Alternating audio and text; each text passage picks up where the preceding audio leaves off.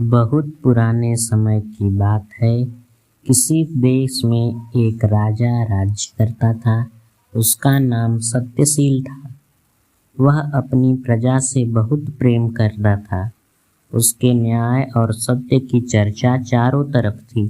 एक दिन कोई तपस्वी ने स्वप्न में आकर राजा से कहा कि बेटा, कल रात को तुझे एक विषैला सर्प काटेगा और उसके काटने से तेरी मृत्यु हो जाएगी।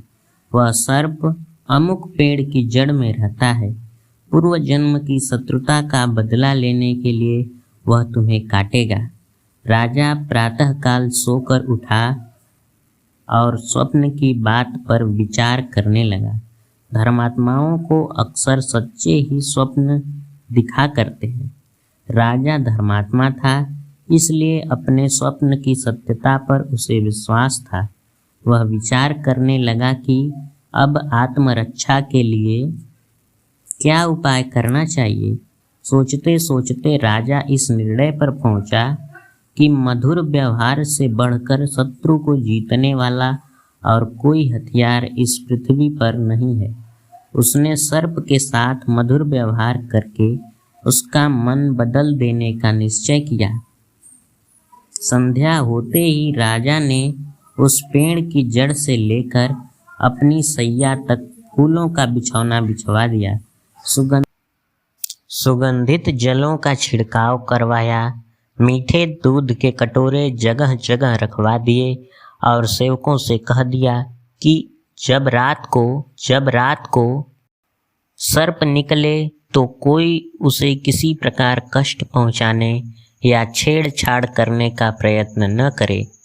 रात को ठीक 12 बजे सर्प अपनी बांबी से फुफकारता हुआ निकला और राजा के महल की तरफ चल दिया। वह जैसे जैसे आगे बढ़ता गया, अपने लिए की गई स्वागत व्यवस्था को देख देख कर आनंदित होता गया। कोमल बिछौने पर लेटता हुआ, मन भावनी सुगंध का रस स्वादन करता हुआ, स्थान स्थान पर मीठा दूध पीता हुआ आगे बढ़ता था। क्रोध के स्थान पर संतोष और प्रसन्नता के भाव उसमें बढ़ने लगे। जैसे जैसे वह आगे चलता गया, वैसे उसका क्रोध कम होता गया। राजमहल में जब प्रवेश करने लगा तो उसने देखा कि प्रहरी और द्वारपाल सशस्त्र खड़े हैं, परंतु उसे जरा भी हानि पहुंचाने की चेष्टा नहीं करते। यह असाधारण प्रेम देखकर सर्प के मन में स्नेह उमड़ आया। सद्व्यवहार, नम्रता और मधुरता ने उसे मंत्रमुग्ध कर लिया था। कहाँ वह राजा को काटने चला था, परंतु अब उसके लिए अपना कार्य असंभव हो गया। हानि पहुंचाने के लिए आने वाले शत्रु के साथ जिसका ऐसा मधुर व्यवहार है, उस धर्मात्मा राजा को काटूं तो किस प्रकार काटूं, यह प्रश्न उससे हल नहीं हो सका। सत्यशील के पलंग तक जाने तक सर्प का निश्चय पूर्ण रूप से बदल गया। सर्प के आगमन की राजा प्रतीक्षा कर रहा था। सर्प नियत समय से कुछ विलंब में वहां पहुंचा।